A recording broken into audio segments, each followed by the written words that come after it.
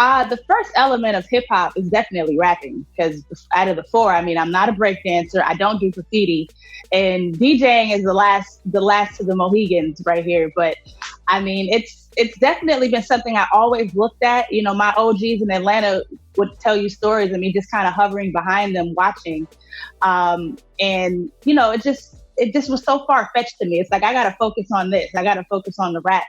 But moving to LA and seeing the Los Angeles culture of the DJ and how they're headlining things out here. And that wasn't really what I saw as much in Atlanta and Boston. You know, it was really about the performing artist, the rapper.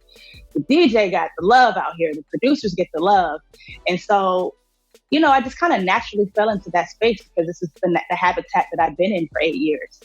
So, you know, just having also, to be honest, the DJ community is way more nice and helpful than these rappers out here. I mean, every homie I've hit up, you know, they answer all my little silly questions and all, you know, just nagging them and texting them. And it's just way more embracing.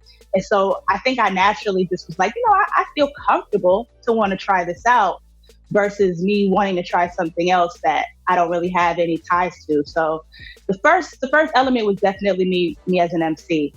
But I'm definitely adding this to my arsenal. I'm starting to get some gigs here and there. And, you know, it's interesting now. Like I got so many legends that are the big bros that are in my hemisphere that I don't want to mess up and do the culture wrong on that playing field. So I've been taking my time and really trying to learn the skill set the best I can. I was such a baby. My little voice, I can't even listen to that record no more. The Jones Street came out in 2012, but I started recording that project in 2008, around 2008. A lot of those records go back because I recorded all throughout college.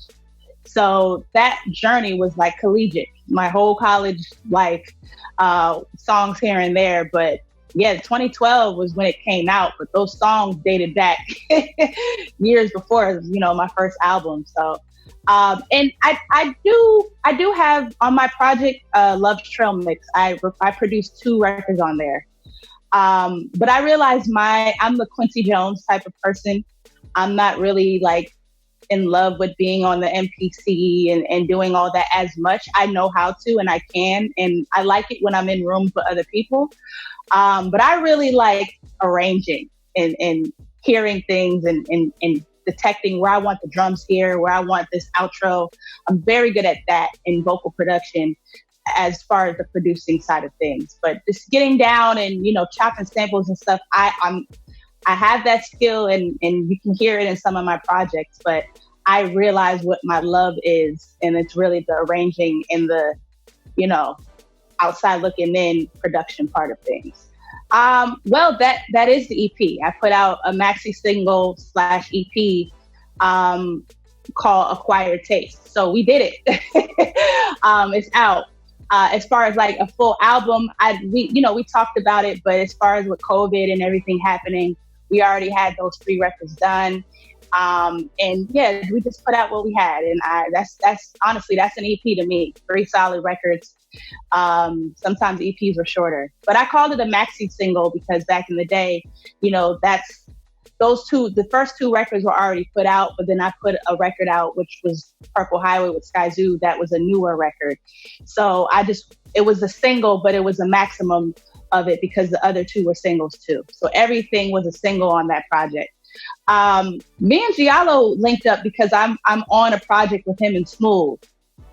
We did a song called Gaduko, I believe I pronounced it right. We did a song called Gaduko, and I loved that track. Like, those are one of those collaborations, one of those features where I wish that record was mine. You know, you do some tracks like, man, I wish this was my shit. So I really, really liked that. And I liked his work ethic. And I saw him constantly putting out content and putting out songs with people that I know. Loved his production. So we got chopped it up. And I had a moment where I was like, hey, I want to do another, you know, producer project, but I want to show my just straight boom bap, edgier side. because I have fans that love when I've done those collaborations with Tri-State, Planet Asia, and other artists. So I wanted to give people that because I knew Gas Money was going to be a little bit more melodic and have a variety. So I wanted to kind of give that energy too. That's what I came up on. So that's how that started. I was like, just give me that straight up, Queens, New York type of energy, Alchemist type energy. And those were the three that I gravitated towards. So, I have a video for two of them. So that was just me kind of just, talking shit. Sometimes you just needed to just talk shit. It don't gotta be no story and that, and just like, let me just talk my shit.